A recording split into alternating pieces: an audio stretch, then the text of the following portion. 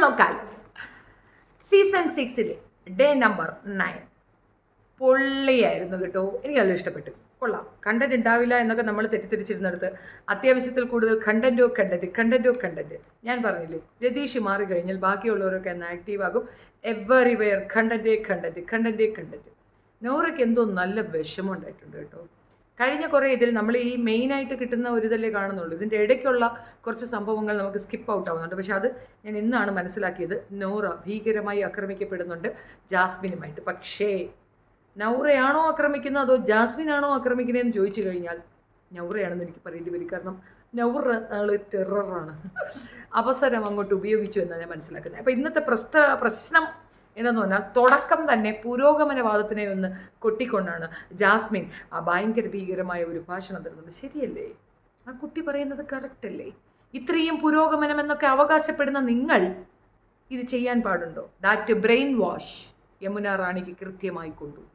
ആ brain വാഷിൻ്റെ after effect അവർ കാണിക്കാൻ തുടങ്ങി. ജാസ്മിൻ എന്ന് പറയുന്നത് നല്ല സൂപ്പറായിട്ട് മാനിപ്പുലേറ്റ് ചെയ്യാൻ കഴിയുന്ന അത്രയും ടാലൻ്റ് ഉള്ള ഒരു കുട്ടിയാണെന്ന് ഒരിക്കൽ കൂടെ തെളിയിച്ചിരിക്കുകയാണ് ഈ എപ്പിസോഡിൽ കൂടെ. അപ്പം നമുക്ക് അതിലേക്ക് പോകാം. ആദ്യം യമുന റാണിയുമായിട്ട് സംഭാഷണത്തിൽ ഏർപ്പെടുന്ന ജാസ്മിൻ ചോദിക്കുന്ന ചോദ്യം ഞാൻ പൊതുസമൂഹത്തിനോട് ചോദിക്കുകയാണ്. ഈ പറയുന്ന ഗബ്രിയുടെ സ്ഥാനത്ത് ഒരു പെണ്ണായിരുന്നാൽ നിങ്ങൾ എന്ത് പറയും? ലെസ്ബിയൻ എന്ന് പറയുമോ? പറയില്ല. നിങ്ങൾ സൗഹൃദം എന്ന് പറയും അല്ലേ? അവിടെയുള്ള എല്ലാ പെണ്ണുങ്ങളെയും വേണ്ട എന്ന് വെച്ചിട്ട് ഗബ്രിയെ തന്നെ അവൾ ചൂസ് ചെയ്ത് എന്താണെന്ന് നിങ്ങൾക്ക് ചോദ്യം വരാം. കഥയിൽ ചോദ്യമില്ല. വേറൊരു ചോദ്യവും നിങ്ങൾക്ക് വരാതെ എനിക്കുമുണ്ടായിരുന്നു. റസ്മിനും ഗബ്രിയും കൂടെ ഇരുന്ന് സംസാരിക്കുന്ന സ്ഥലത്ത് അവൾ വരികയും ഒന്ന് പോയി ഇത്തിരി വെള്ളം എടുത്തുകൊണ്ട് വരുമെന്ന് പറഞ്ഞ് റസ്മിനെ ഓടിച്ചിട്ട് പ്രൈവസി വേണമെന്ന് പറഞ്ഞാൽ അവൻ്റെ തൊട്ടടുത്തേക്ക് കയറി ഇരുന്നാൽ അതാണോ നിങ്ങൾ പറയുന്ന സൗഹൃദം? That specific comfort zone why you need? ഇത് എത്രയോ ക്യാമറകൾ വെച്ച് കോടിക്കണക്കിന് ജനങ്ങൾ ഇരുന്ന് കാണുന്ന ഒരു ഷോ. തീർച്ചയായിട്ടും നല്ല വ്യക്തമായി നിനക്കറിയാം ഇത്രയും പേര് കാണുമെന്ന്. ഈ സ്ട്രാറ്റജി ഡെവലപ്പ് ചെയ്ത് കൊണ്ടുവരുന്നത് എന്തിനാണെന്ന് എനിക്ക് മനസ്സിലായി, മറ്റുള്ളവർക്ക് മനസ്സിലായില്ലെങ്കിലും. ഗബ്രി എന്ന് പറയുന്ന പയ്യനെ പ്രേമനാടകം എന്ന രീതിയിൽ പറഞ്ഞ് ഒപ്പിച്ച് നിന്റെ വരിക്ക് നിർത്തി ബാക്കി കാര്യങ്ങൾ നടത്തുക എന്നുള്ളതാണ് എനിക്ക് മനസ്സിലായ കാര്യം. അല്ലാതെ ഞാൻ പറഞ്ഞേനാ.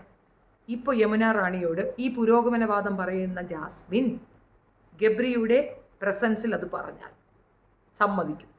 ഗബ്രിയുടെ പ്രസൻസിലാണ് യമുന റാണിയോട് ഈ പുരോഗമനവാദം പറഞ്ഞിരുന്നതെങ്കിൽ ഓക്കെ, ഡണ്ണ്. പക്ഷെ അല്ലാത്തപ്പോൾ അത് യമുന റാണിക്ക് മാത്രം മനസ്സിലാക്കാൻ വേണ്ടി തനിച്ച് പറഞ്ഞ ഒരു പ്രത്യേക കാര്യം. പൊതുവേ ഇരുന്ന് പറഞ്ഞിരുന്നെങ്കിലും അക്സെപ്റ്റൻസ് ഉണ്ടാകുമായിരുന്നു. എനിക്കെങ്ങനെയാണ് മനസ്സിലായി. ഇനി പുരോഗമനവാദികളല്ല എന്ന് തെറ്റിദ്ധരിക്കുന്നവർക്ക്, സദാചാര ഗുണ്ടകൾക്ക് ആ കുട്ടിയെ കല്ലെറിയാമെന്നുള്ള ഒരു മെസ്സേജാണ് ഇട്ടിരിക്കുന്നത്. ഇനി നിങ്ങൾ ആരെങ്കിലും തന്നെ ജാസ്മിനെയോ ഗബ്രിയോ റിലേറ്റ് ചെയ്ത് പ്രേമനാടകമെന്നോ പോൺ സൈറ്റ് എന്നോ ഒക്കെ പറഞ്ഞ് കളിയാക്കുകയാണെങ്കിൽ അത് നിങ്ങളുടെ ഉള്ളിലുള്ള ക്രിമിനലിസമാണ്, അല്ലെങ്കിൽ സദാചാരവാദിസമാണ്. അതേസമയം ഇത് പുരോഗമനമാണ്.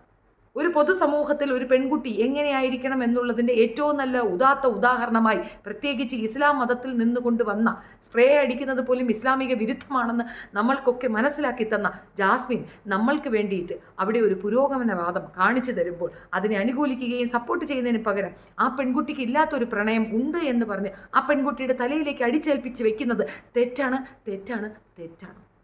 ഒരു ചോദ്യം കൂടെയുണ്ട്. ഈ ഉമ്മ വയ്ക്കുന്നതും സൗഹൃദത്തിൽ പെടുമായിരിക്കും അല്ലേ? ശരിയാണ്, അങ്ങനെയുമുണ്ട്. ഈ വിരൽ കൈ എടുത്തു അങ്ങോട്ടും വയ്ക്കുന്നു ഇങ്ങോട്ടും വയ്ക്കുന്നു, ഇതൊക്കെ കുറച്ച് അതൊരു ഭയങ്കര ബോറിംഗ് ആയിട്ട് എനിക്ക് ഫീൽ ചെയ്തിരുന്നു. ചിലപ്പോൾ അതൊക്കെ പുരോഗമനവാദത്തിൽ ഉള്ളതായിരിക്കാം, എനിക്കറിയില്ല.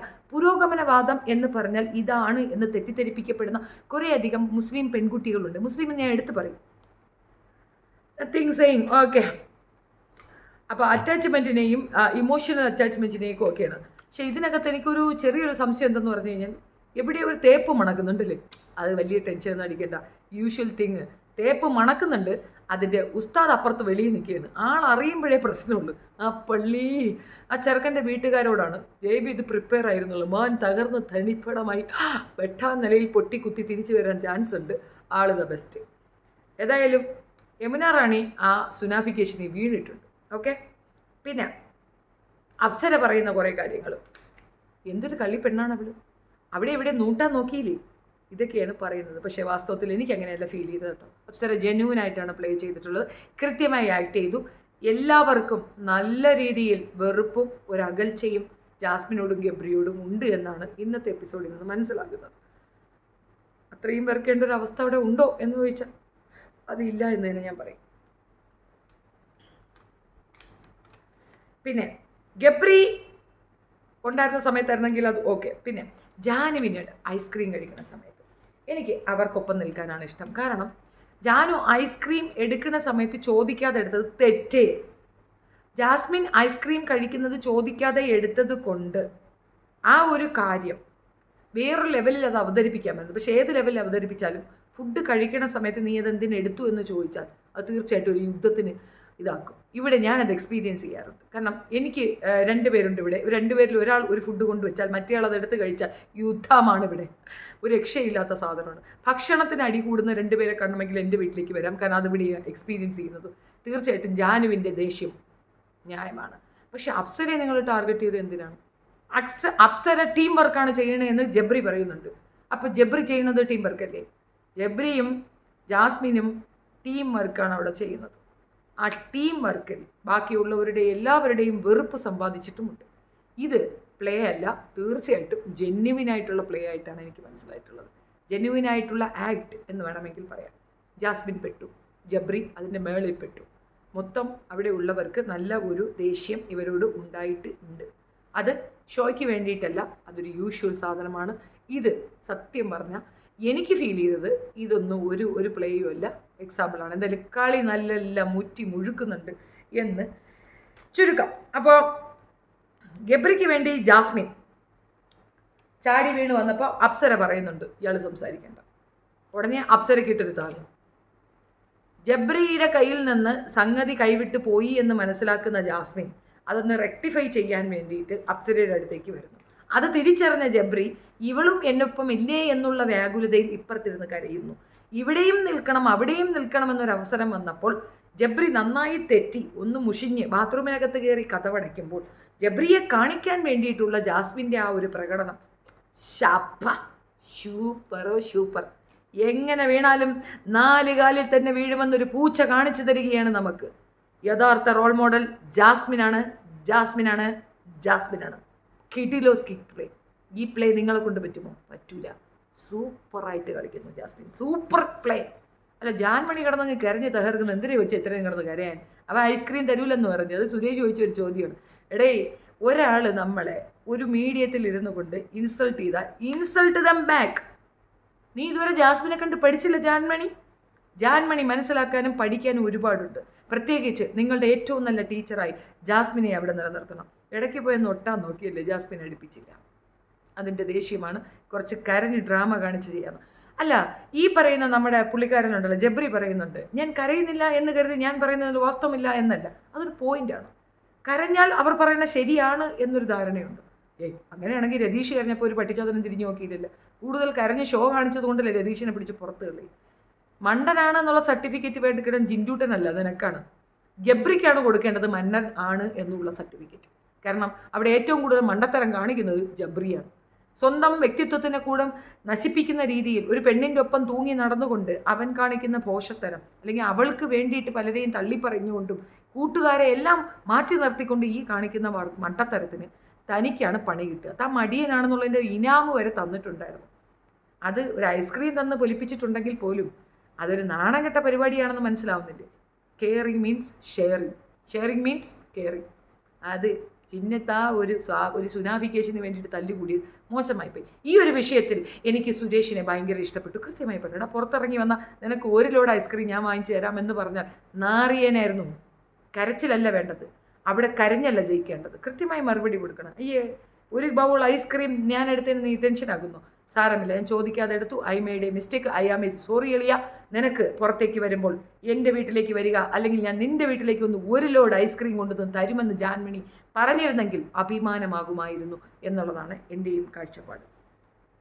പിന്നെ ഈ പ്രശ്നങ്ങളൊന്ന് കോംപ്രമൈസ് ചെയ്യാൻ, ഒന്ന് സോൾവ് ചെയ്യാൻ വേണ്ടി അപ്സരയുമായിട്ട് സംസാരിക്കുമ്പോൾ അപ്സര ശ്വാസം വിടാതെയാണെങ്കിലും മറ്റുള്ളവർ പറയുന്നത് കേൾക്കാനുള്ളൊരു സഹിഷ്ണുത കുറവ് ഇവർക്ക് എല്ലാവർക്കും ഉണ്ട്.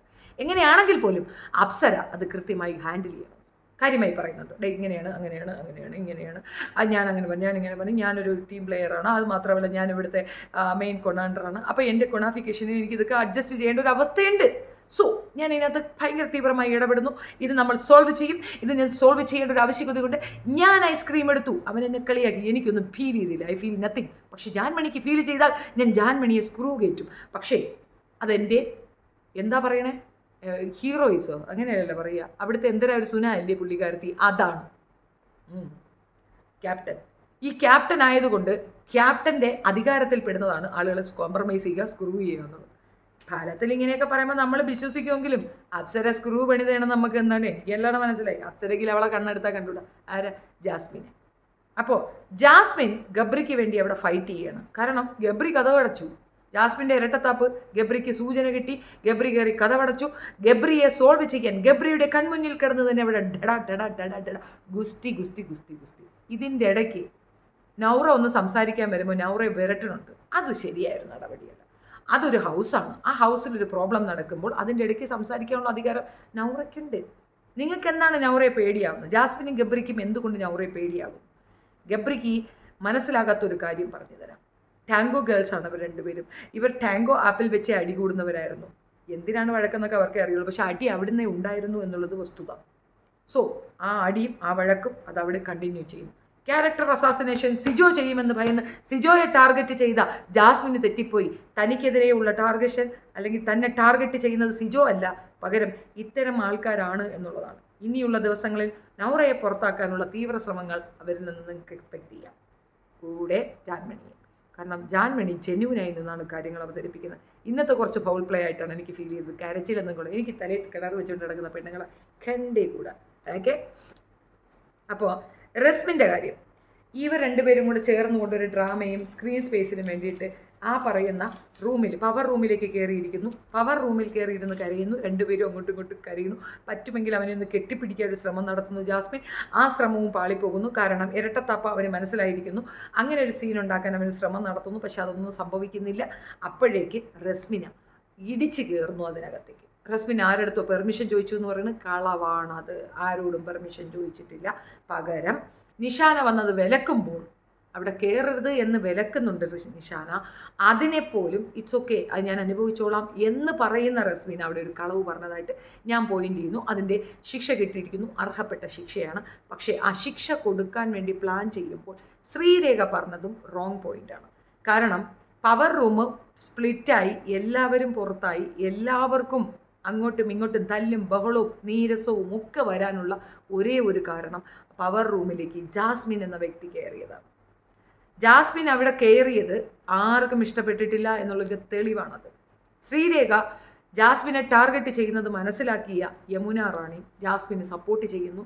പക്ഷേ ആ സപ്പോർട്ട് കുറച്ചുകൂടെ കൂടുതൽ ഡെപ്തിൽ കിട്ടാൻ വേണ്ടി സദാചാരവാദത്തിൻ്റെ അല്ലെങ്കിൽ എന്തൊരു സമൂഹത്തിനുണ്ടാകേണ്ട വർഗീയ പുരോഗമനവാദത്തിനെയൊക്കെ എടുത്തു വെച്ച് പറഞ്ഞ് ജാസ്മിൻ നമ്മുടെ യമുന റാണിയെ കയ്യിലൊതുക്കി വെച്ചിരിക്കുകയാണ്. യമുന റാണി ഗബ്രിയെപ്പോലെ ജാസ്മിൻ്റെ കയ്യിൽ പാവയായി മാറിക്കൊണ്ടിരിക്കുന്ന രംഗമാണ് നമ്മൾ കാണുന്നത്.